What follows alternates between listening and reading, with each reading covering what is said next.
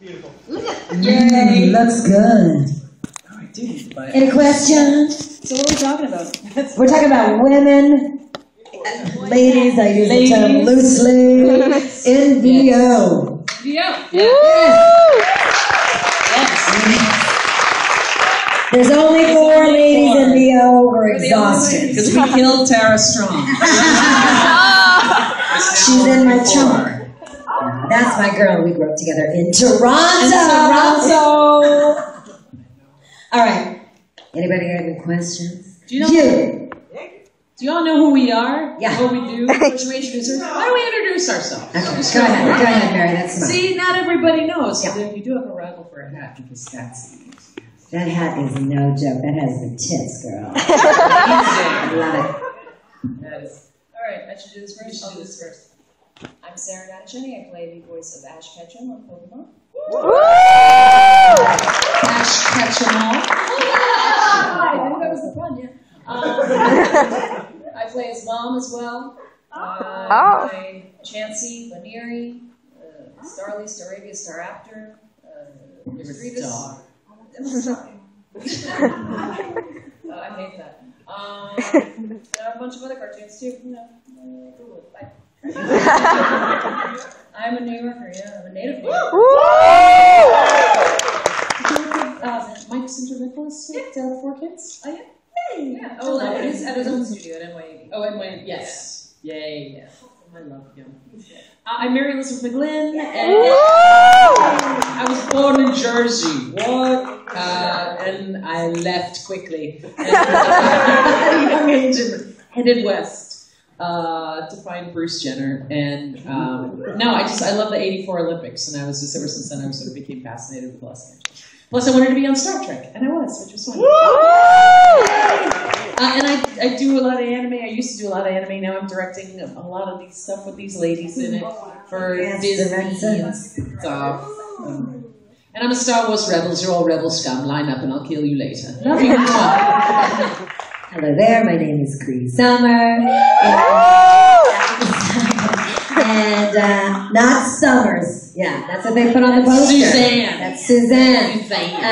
Let's see. I've been doing cartoons since I was about 11 years old. I started with Penny from Inspector Gadget. Yay! And let's see. Elma from Tiny Toons. I'm gonna love you, hug you, and squeeze you, and play funeral, puppy. Let's see, what else? Susie Carmichael, Valerie Gray, Max from Batman Beyond. And now I'm playing the Witch Hagar on Voltron, Foods, and Nebula on Guardians of the Galaxy. And one giant old lady on Panzero. One giant old lady. On Panzero. We do play Dilly Grandmas. Yeah. We were grandma, and it was so good. That's right, we did the knitting round. It actually was good. No. All right, whip it out.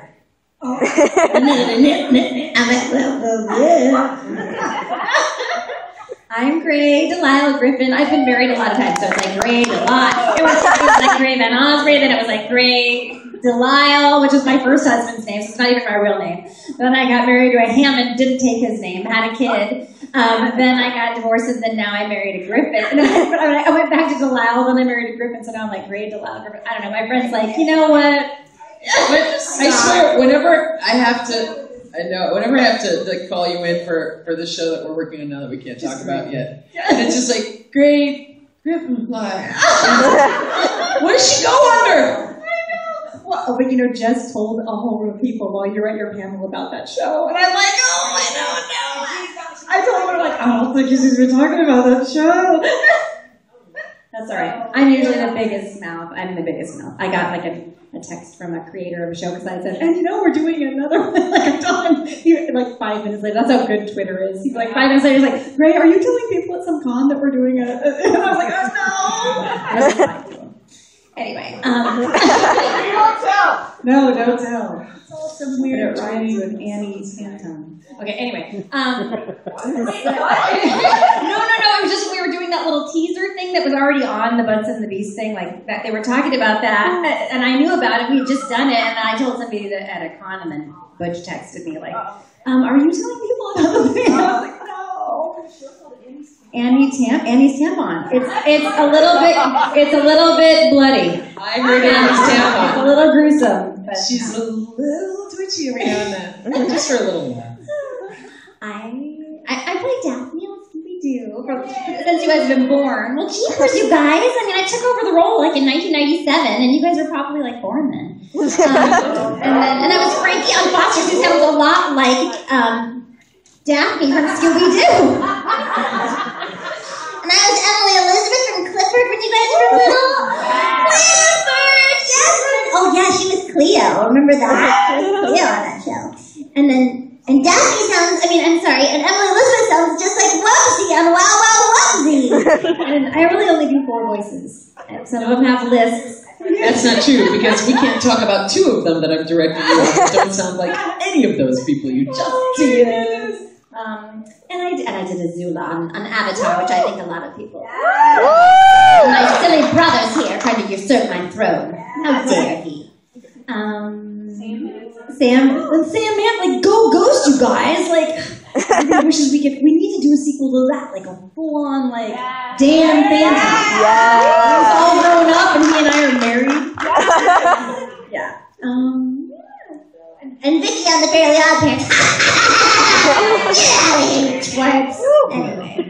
Anyway. And Mandy, whatever. There would be some idiot like Billy out there talking about Mandy. Oh my god, I love that. And The Loud House. Watch The Loud House. It's a really good show. Love that show. I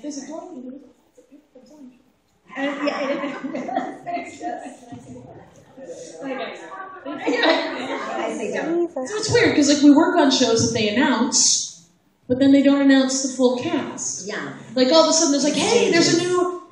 But you've only announced the lead woman and the lead guy, the 2 celebrities. And the rest of us are like, can we talk about it?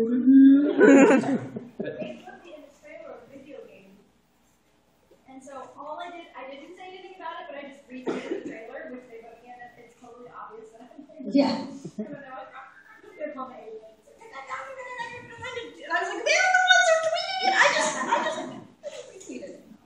I started tweeting. I'm just retweeting. They're like, no publicity, please.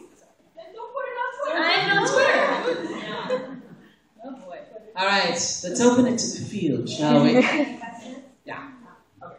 So, was there ever a character that, like, at first glance, you saw the design of the character and you were like, oh, this is going to be attacked immediately by like feminist people who are out there, and then when you actually played the character, you were like, well, wait a minute, hold on, this is actually an interesting character.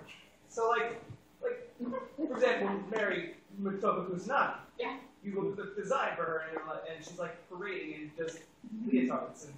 If I had that body, I'd parade in leotards too. To me, it's all a shaving issue, though. I mean, that outfit, there's a lot of shaving involved, which is too much of a pain in the front. A pain for the front. It's a guy's panel. It's very much like a guy's panel. Lots of body hair talk. Yeah, I don't know. I did some on-camera stuff where I always played the battered woman, and it wasn't until I started playing Motoko Kusanagi that I was like, oh, there are strong women to be portrayed. That's nice, I get to do the beating up this time. I don't have to be, this abused woman, which is sort of a running theme for a long time. And it taught me a lot about myself and about how I can stand up for myself, which I thought was pretty fantastic. And she also happened to like little girls too, so what's wrong with that? In terms of her, she was sort of this crazy character, and it was interesting. It was a really interesting character to play. I don't know, I think we probably end up doing a bit of justification in our minds sometimes, depending on what characters we play. I played Governor Price in Star Wars, and there's nothing redeeming about her whatsoever. I've asked Dave Filoni, and he said, no, Mary. There's nothing redeeming. She just wants power. That's it. Just power. just wants power. Throughout Mike's art, she just wants power. And I was like, okay. So I'll find something to justify that she becomes an actual good person in my mind. You know. I don't know. Do you guys? I guess Defoxy could be, offensive. I guess you might think she's offensive. But I don't think feminists watch cartoons. I'm a feminist and I love cartoons. But I don't know. I think cartoons are kind of that little. That's one of the things I think all of us love about cartoons is that it's not that we're not held to the same standard. It's just that it is a platform where you get to get away with things maybe you couldn't otherwise, and I think that's the reason that you don't usually hear about a lot of people up in arms about cartoons. Cartoons usually just make you, they usually just make you feel good. And that's why we do them, and that's why you guys love them. I love auditioning for a character, like a lot of times, I haven't done a ton of anime, just like a tiny bit. But I remember one character I was auditioning for. They're like, she's a warrior. She's really strong. She's a strong character. Did she come in? G-string. She's a G-string. Yeah. But then I'm like, and I was like, this is the line's like, let's get him or something. And I'm like, let's get him. And they're like, but it's like a little bit like smaller. And I'm like, let's get him. And they're like, but a little bit like younger. And I'm like, let's get him. And then they're like, can you do it? And pretty soon, I mean like this strong warrior. Yeah. Like, let's get him. So empowering.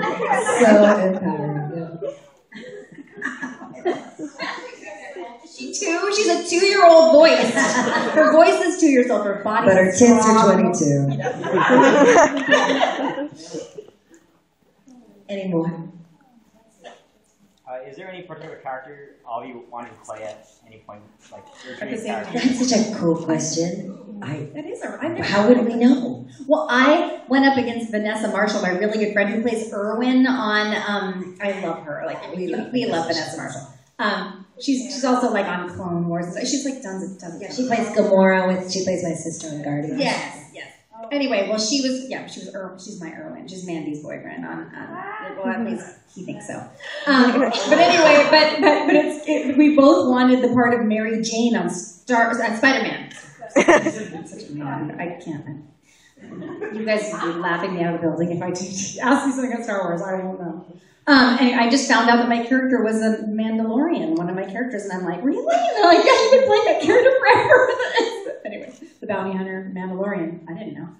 Okay, I never see it. Yeah, but I know.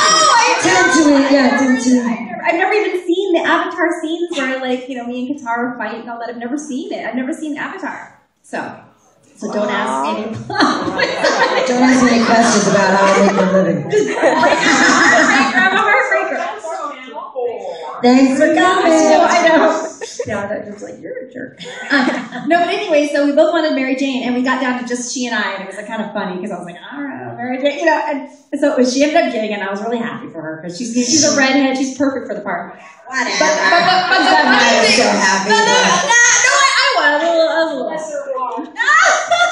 I did put something in her drink. I was like, maybe she'll be not feeling well. No, but then the funniest thing happened because they were like, oh, Ray, we're sorry you couldn't have that. And I was like, oh, it's fine, it's great. I love Vanessa.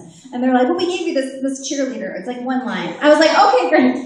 And it was like the Sally Averill character in one of the iterations of Spider-Man. But I just made it kind of like, I made it like this like really like little New York kind of girl, and she was like, oh, Spider-Man, and she was just like mean to him, and she said these like mean one. And I was like, I added in like all these insulting like things that she said. They're like, oh yeah, do some more insults, and I was like, yeah. They wrote Sally Averill into every episode. 20 episodes. Vanessa was in like 3 episodes. And she was like, aren't you great? You're still a little one-liner part. And it was great too because I would go and like do my line and then go home. Like, same amount of money. Did Jess complain about that show because he used to go in and do this home of work? Yeah. Jess is knowing, like, I go in, I do 2 lines, I go home. Yeah. He comes in on 10-0, I got 2 lines as old man, and I leave. And that's my job. Yeah. This new one is like, God bless him. And when other actors don't show up, I was like, Jess, you can scratch that for us. I know you get. Well, when I was little, I was a child actor, and I would do theater, and I would like literally count my lines. Like I was so excited to have like I got 12 lines, and then sometimes they would re-block it or something. And they're like, you know what? Don't say that. We're gonna give up to so and so. And I was like, they're giving my What did I do to somebody else? What did I do? What did I do? Yeah, now I'm like, who wants my lines as long as I have one? I'm not there quite yet. I still want all my lines. Yes. But I think, you know what, I'd like to just talk about something Grace said, because I think it's really cool for anybody who's interested in voiceover, is that, you know, we do get to do a lot of ad-libbing, which is very different sometimes, unless you're in comedy on camera, very different than when you get to do on camera. And we do get to really embody and create these characters ourselves. So you do find yourself, I mean, whether it gets in or not is another story, but we ad-lib a lot. And you'd be surprised how many characters have been altered or changed or expanded because of those little moments where you let yourself be free. And I think some people sometimes get scared to ad-lib or scared to play because you might think you're making a mistake or sound silly or offend a writer. But the truth is you are wanted to embody that character and become that character, and you never know what can come of that. And most important, never be afraid to look silly or make a mistake, because that's some of our best work.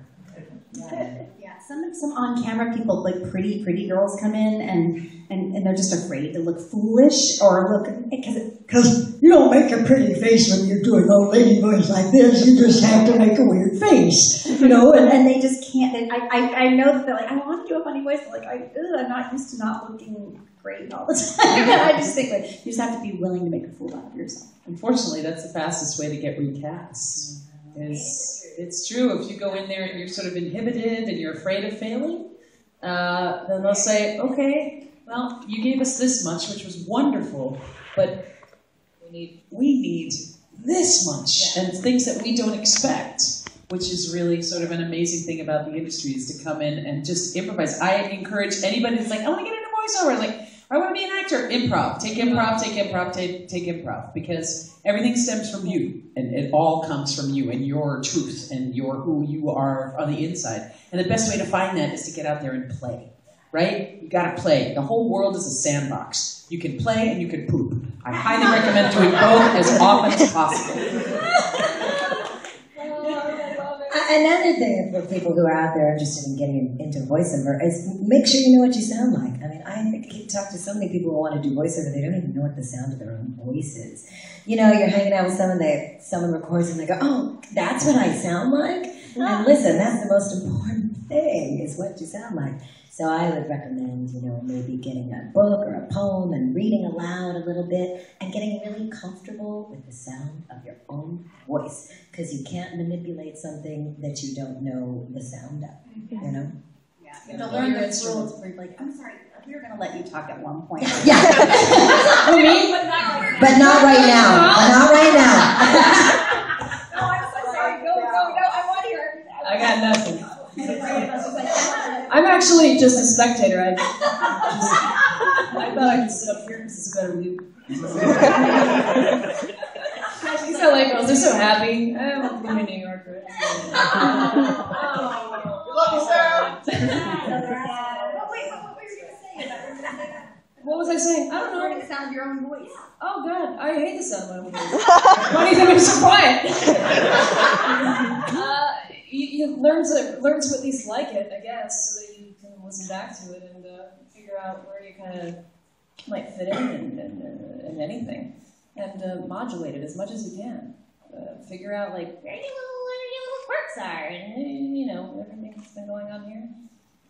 That doesn't happen by accident. I mean, it can happen by accident, but it won't happen if you don't try it. And sometimes bad impressions are a good Oh, absolutely. Yeah. Dee Baker talks a lot about the alchemy of voice acting, which is, you know, you've got a whole wall of files of like Christopher Walken and Charles Manson. He was a heck of a singer, though, that Charlie. What a talent. You know, and just start to like take little bits and pieces from all different things, and you build up a wall of bottles, a potion wall of voices. And people just have 1 2 liter. Yeah, and that's fine. Because, you can still add a little bit of flavor and color to just a little bit that you have, I don't have the biggest range in the world, but I have fun playing with what I do, and that's awesome. Nuance is everything. Yeah. It's not, I think that another thing that people get caught up in is like, I don't have enough voices. Well, you don't have to have a lot of different voices, but what you do have to have is some acting ability. Because if you can act, then you can intend and imply and make an impression that you cannot make if you just got a bunch of voices. A bunch of voices ain't going to do it. But, that's another thing I think sometimes people forget, that we are actors first and foremost. Yes, we manipulate our voices, but we're acting and telling a story. Yeah, when people say it's so offensive, if you've ever done it, where they're like, "Oh, are you doing any acting though?" And it's like, "Yes, every day, all day." Anyway, there we are. Like on camera, celebrities will come in and they've never been behind a mic ever, and it's just, and all of a sudden they're just like, "Oh, I can't rely on that fabulous eyebrow raise, my arched eyebrow that I have, or that great little smolder that I do looking at you with my eyes." I'm like, you got to put that smolder in your voice. That's a whole different skill set, and it's a really wonderful and specific skill set. I can't get out there and do what like Scarlett Johansson does with the flipping and the beating and everything else. I can't. But I can do what I can do, which is kind of amazing. It's a very specific skill set to come in. I was just going to bring her up, poor Scarlett. But when she did SpongeBob, her character was like very it just didn't pop with all these like really big character voices that were on the SpongeBob movie. She played the little Princess Mermaid, and it was just very it just seemed very wooden to me. Even though I know she's a really good actress, it just like she was relying on all the other things, hoping it would come across on the microphone. It just doesn't come across. And I think that has to do with learn how you sound, because you may think you're getting out there and giving a very dramatic animated read. And what's coming out is starting up in there. So you're internalizing everything and realize that you've got to pull it out of yourself and lift it off the page and make it real, make it sound real, even if you are playing a tiny little princess under the sea, who's in love with SpongeBob. And some people just have a weird voice and they think they should do voiceovers, but it's like we can do, I go to, I don't like to do it, but when I really need money, sometimes I go to those voiceover classes where I just listen to people, and some of them are really terrible. And, and you have to you're trying to think what can I say to this person, and there was one girl, she just kind of talked a little bit like that, and she but that was like her voice, and, but she couldn't act at all, and afterwards she was like, but everybody tells me I can do voiceovers, but I was thinking, I know everyone I work with can do your voice and act, and so if you just do that voice, and you can, also people are really cheap, and they can get you for for the same price, they get you for 3 voices, so they're, they like to hire people that they can save money on, we want to hire the lady who can do the little boy, and do the sister, and do the mom, and then we've saved a bunch of money, we can cast 3 people and have our whole show done. So, but if all you can do is this voice, then it's very limited. I feel like a lot of people waste money taking a voiceover class just because they have a strange voice, and I just want to go, no, you just have a strange voice. I'm sorry. Anyway, I'm not going to come across well after this. People are going to be like, Grace. Yeah. No, a lot of people don't want to. They don't. Yeah, I don't. I don't want to hear things that I don't want to hear either.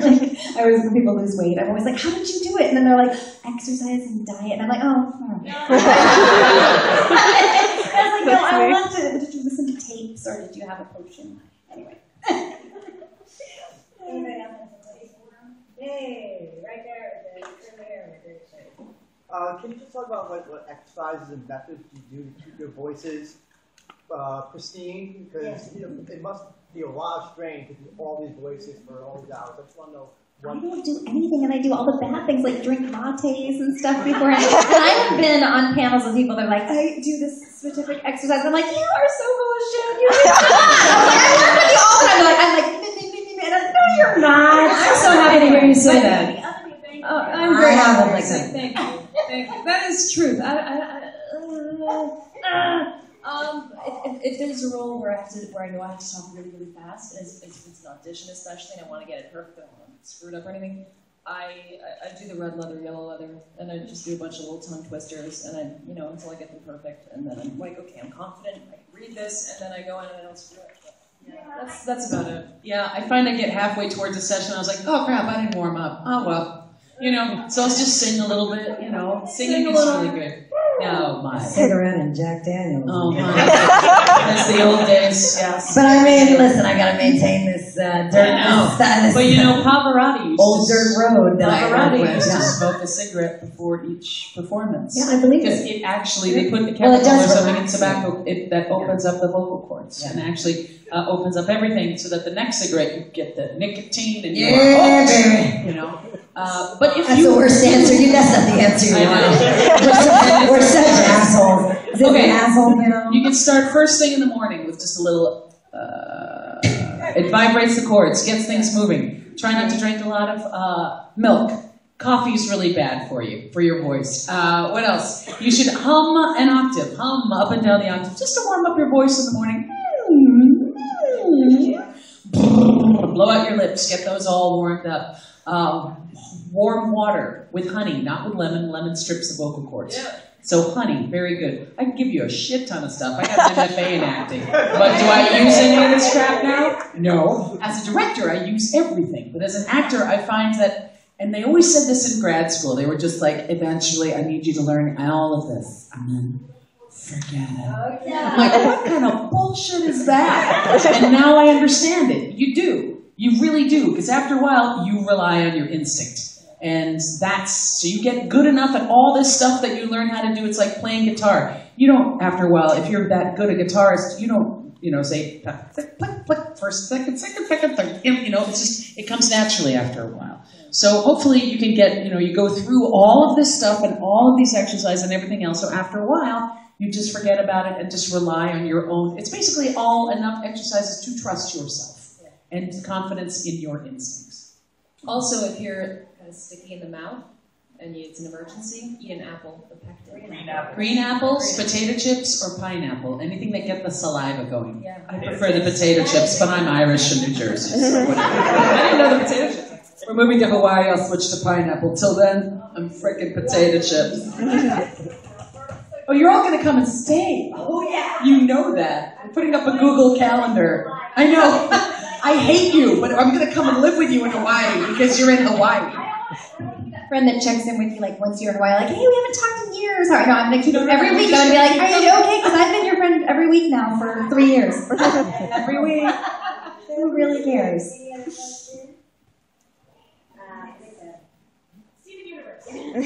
Okay, so do you guys ever look back to your characters and then think about how they're affecting the people today? For instance, every time I go to an ice cream shop and I hear someone say Jimmy's, I think of number 5 for kids like Sarah. Not Jimmy's, they're sprinkles. You know what I will say? I will say that I think Susie Carmichael from Rugrats had a big effect in retrospect. Because I think, what was that, 20 years ago? And now I see so many younger girls that are, teenagers or in their early 20s that just love Susie. And also I think at that time they just weren't seeing a lot of little brown girls in animation. And, and I know what I'm talking about because I play all the little brown girls. Right? And the truth is, there is not always a little brown boy, let alone a little brown girl in a cartoon. And even in Rugrats when Susie was introduced, the beautiful thing about that, it was her whole family. And they were just beautiful people, educated people, kind, thoughtful people. And so I think in that sense, that's probably the cartoon that just makes me really proud, And then I guess all of them, because, when you're representing such a small fraction of what gets to be seen, they all become important, But yeah, Susie was very special. She was such a decent human being. About that, the thing of, people of color in cartoons, I've been all the beige people, because I'm part Mexican, so there was a Latin girl character, I played a lot of those. And it's amazing how the networks, we did El Tigre on Nickelodeon. I was Frida Suarez, I was the one and I wrote all those songs. It was so funny. I wrote all those songs because I thought, well, the crazy thing was is that they were like, oh, we haven't hired the writer for the songs yet. And I was like, oh, okay, well, I'll just make something up for right now. The intro, and then and then they were like, and then I started getting these checks, and I was like, what is that? They're like, and it's for the song, and it's from ASCAP, and I'm like, what? And they're like, yeah, we just never hired a writer because we just used the one you used. I was like, oh wow, that's awesome. But can I tell you, is this not proof of the point? You know, just be able to think on the fly. You have to. You have to. You never know. Or go the extra mile. Always go the extra mile because you never know. The guy that wrote that, well, this is a side story. Well, first let me talk about what is it. So anyway, that show it got nominated for tons of awards, LT grade, but then they were like, you know what, I don't think that it's just, you know, Latin shows just aren't resonating with kids, and so we tried it, you know, and it's like, how many white people shows have failed? And you're like, I guess people don't want to hear about white people anymore. We tried. You know, and it's just like, what are you talking? Maybe it's the show? Maybe you could try another show? That's amazing. Like Wonder Woman is coming out. And I know more people that are just like, I can't wait to see Wonder Woman. We started a little thread on Twitter, and all of a sudden there's a whole community. Every VO chick is going to opening night of Wonder Woman. We're all going together. And there's a fee. The whole philosophy behind it originally was, well, we haven't had like a Wonder Woman or a Black Widow or anything because they're not really, people aren't interested in seeing a female superhero.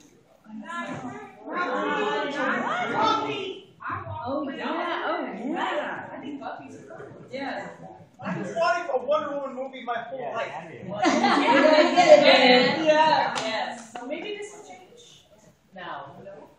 And don't forget in DC, Superhero Girls Green Phase Wonder Woman. I Wonder Woman. And also like Get your game on. Yeah. Get your game on. Get your game on. And what are you? You're the. I don't know. I'm one of the. I am somebody. I'm like. Yeah. You sure are. Thunder or lightning. It's a black chick.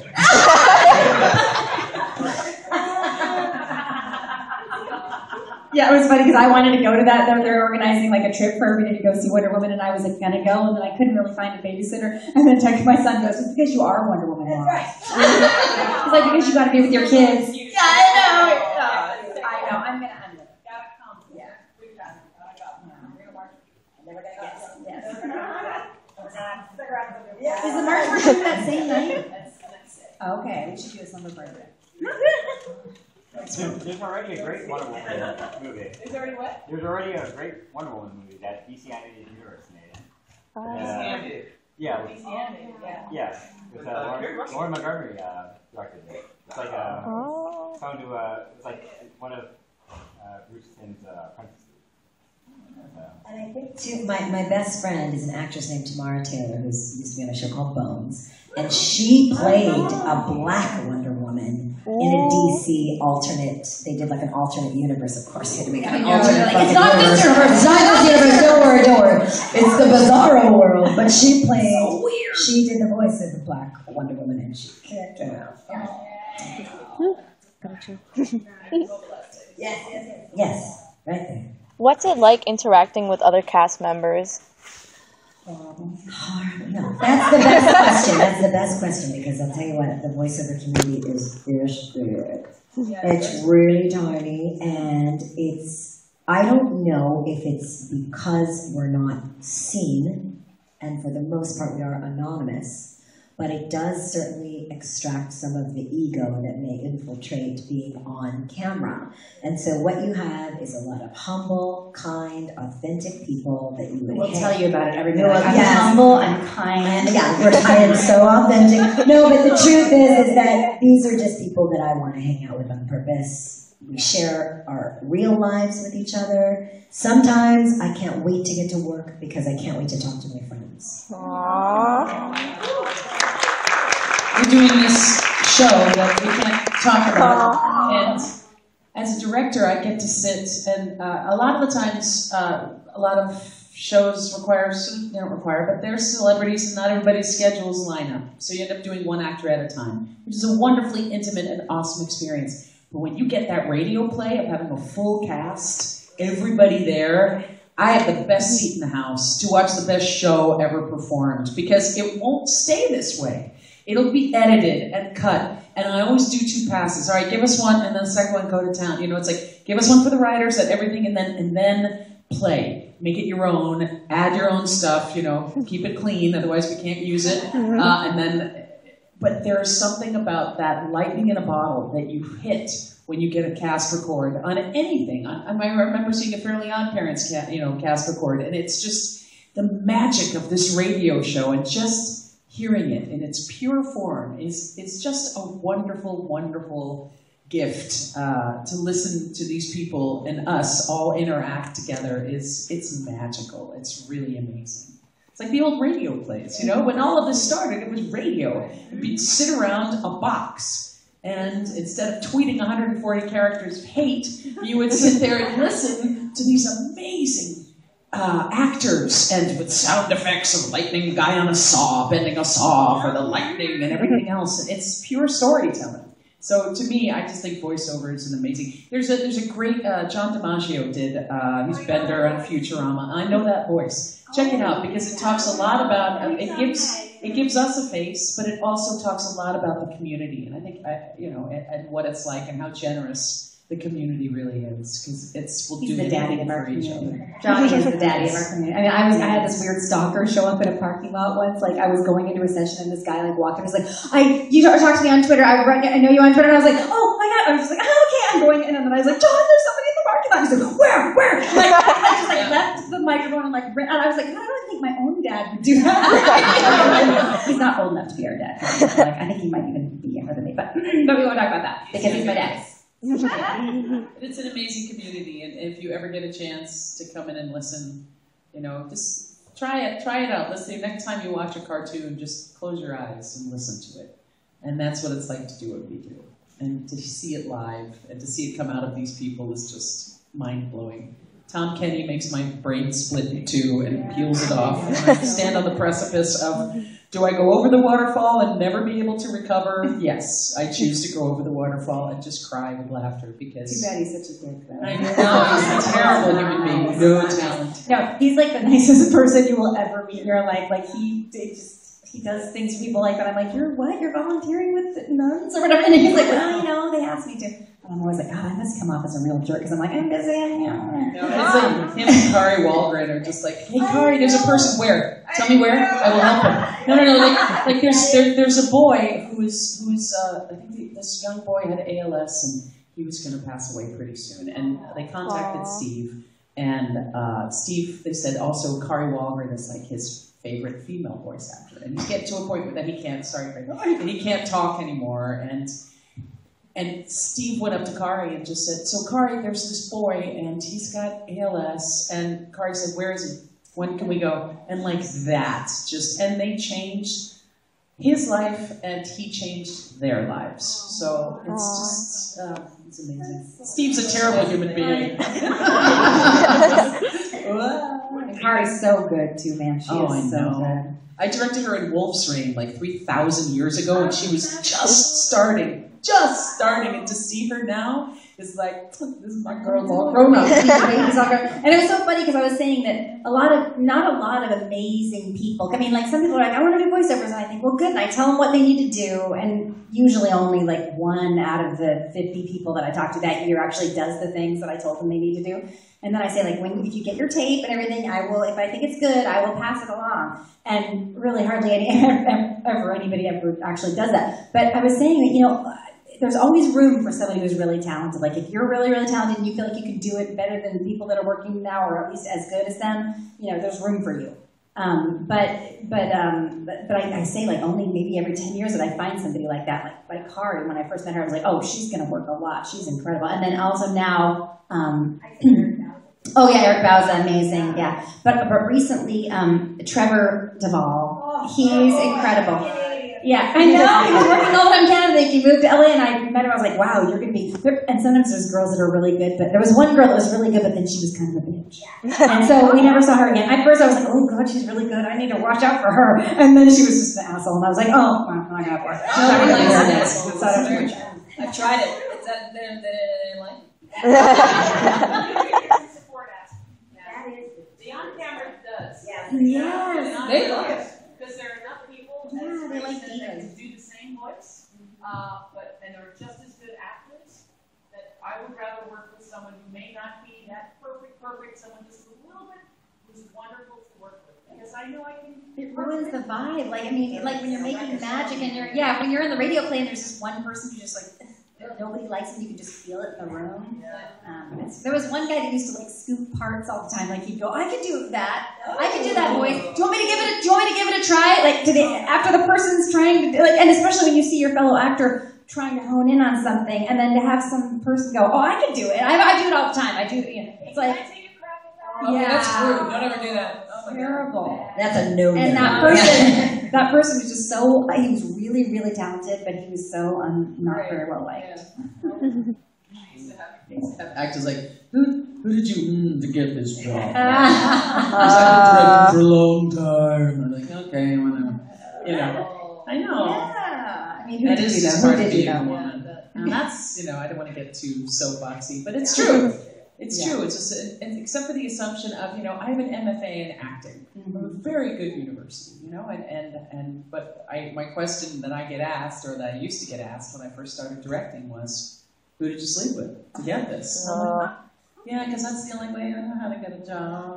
Somebody else also said that I got the job of Mandy by sleeping with the guy that created the show, which I wish. He was hot. And Maxwell Adams, hot shit. But the funny thing was that he actually had his wife playing the part. When I was like, no, the person that I replaced was sleeping with him. I thought that she just wasn't very good at the part, but he really, she's his wife, and I think he's not with her anymore. So I was like. I was like, good thing that happened. You would have been like divorcing your lead actress. So, yeah. You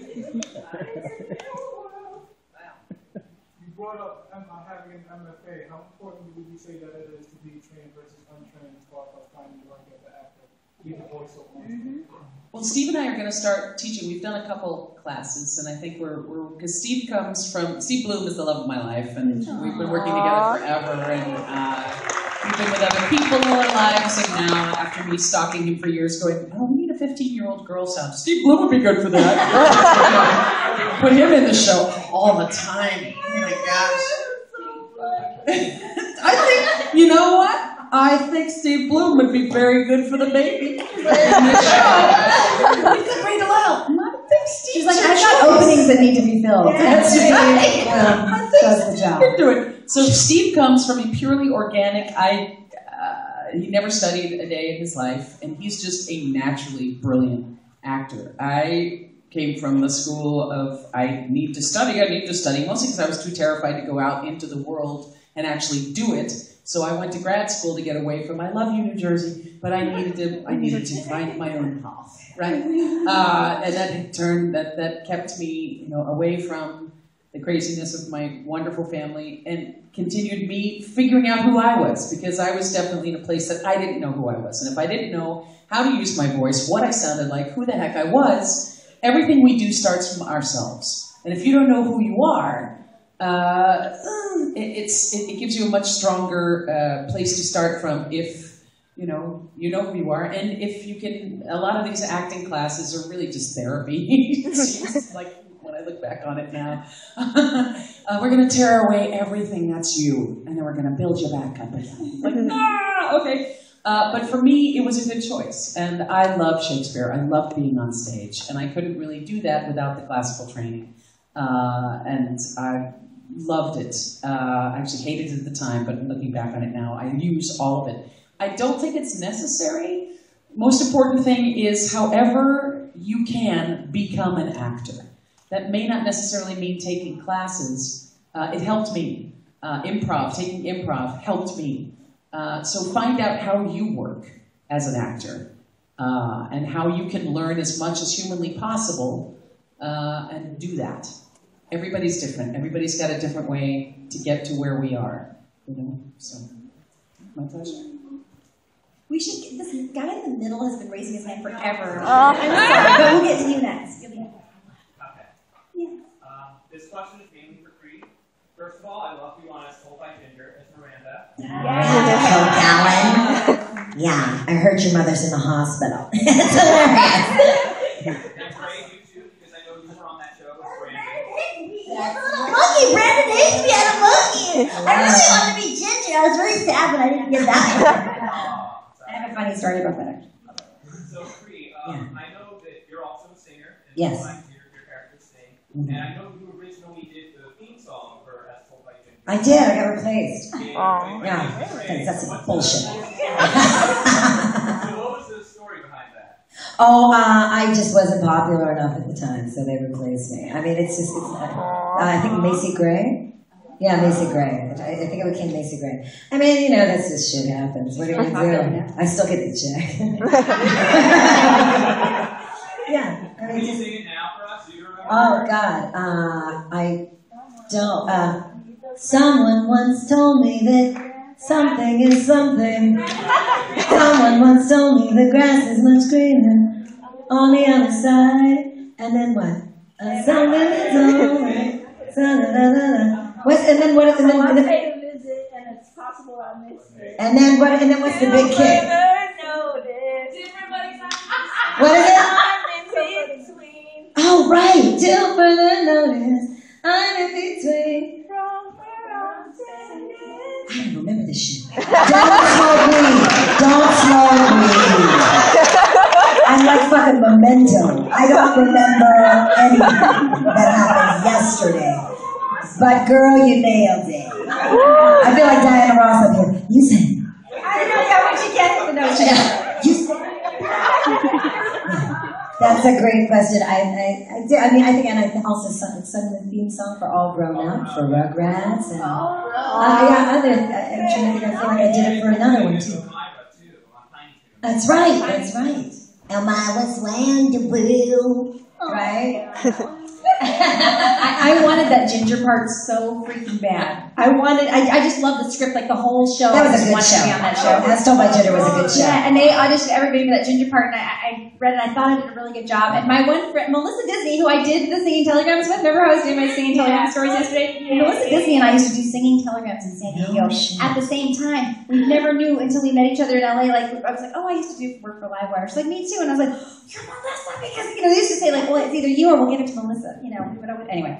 But she hadn't done a lot of like regular. She did a lot of promo stuff, but she hadn't gotten like a regular part on a cartoon that she and we were having lunch and she was like, I just really want like a regular, like go in and just like have a show. It's like my show where I'm like on it and people can go, oh, you're the girl from that show. And I was like, you'll get it. It's gonna happen for you. It's gonna happen for you.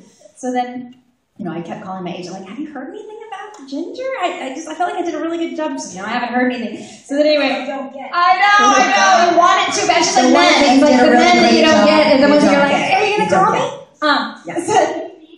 Yeah, those are the ones you know, but when you come home and you go, oh man, I took a dump in there, they're like, you got it. Right after my whole never gonna get called in for anything ever again. It's like the mob kiss of death. I know. Well, so then I had lunch with her later, and she was like, guess what? I got a part.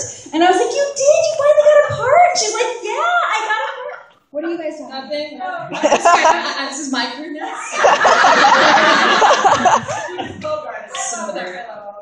No, I was just saying, she took me to lunch and told me that she got this part, and I was like excited to hear what the part was. I was like, what part is it? And she was like, I got Ginger. And I was like, good for you! Like, everything was like in my happy high voice. We were not really like, are you okay? No, okay? It's like, are you high okay or regular okay? Anyway, but I was really happy for her. And then I got the brand new part, and I ended up on the show. So, suck on it, Vanessa Marshall.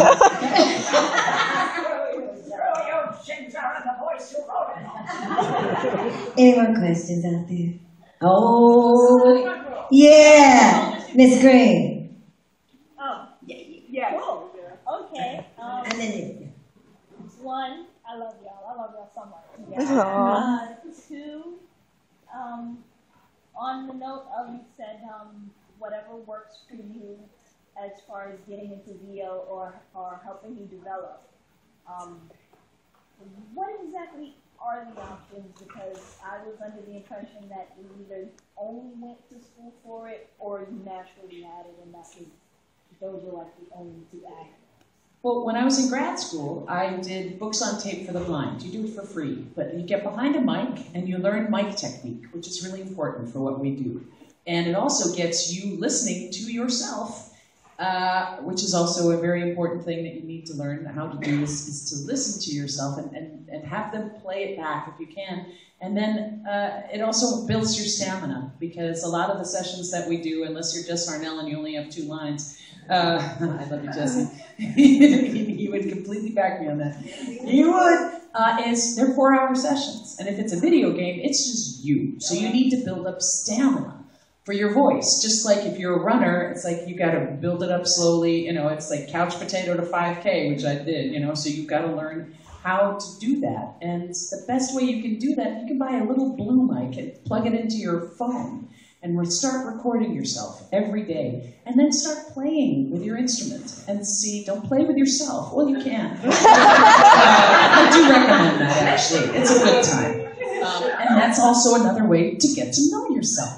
But in this instance, play with your vocal cords in terms of like explore how high you can go, or how low, or how deep, or how anything, you know, like Kate Mulgrew, and start listening to fun voices on the TV, and it's just like, ooh, listen to Kate Mulgrew, she's sort of fantastic. Or Katharine Hepburn, oh yeah, you know, and you start playing, and it's, again, you're back in the sandbox, but you're playing with your own instrument.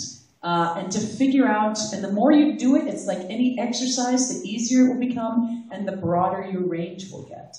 So if you don't have access to voiceover classes, you can do it on your own. I also highly recommend, write it down, iwanttobeavoiceactor.com. D. Bradley Baker is a genius. D. Bradley and I started off in LA in Beetlejuice's Rockin' Graveyard Review up at Universal Studios.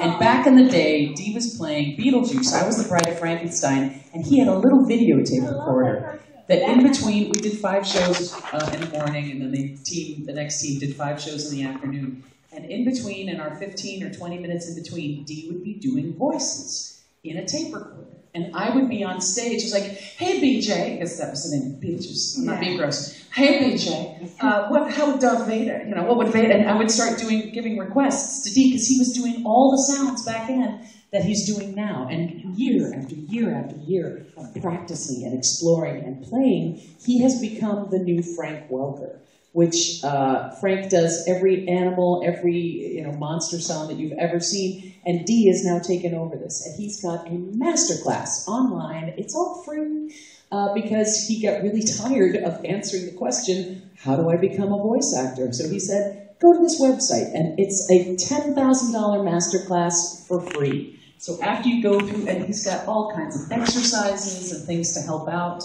So I would recommend that. There are resources for you to find if you're not, look, I'm always a proponent. If you want to do this, you need to be where the work is. You're near New York. There's work in New York, for sure. Definitely. So if you don't have immediate access to voiceover classes, the internet actually does good things. So check out iwanttobeavoiceactor.com. Yay! Yay. So, my beautiful people, thank you so much for coming and hanging out with us. As the Ocean, I really appreciate it, and it's been a delight. A real delight, and God bless the freaks.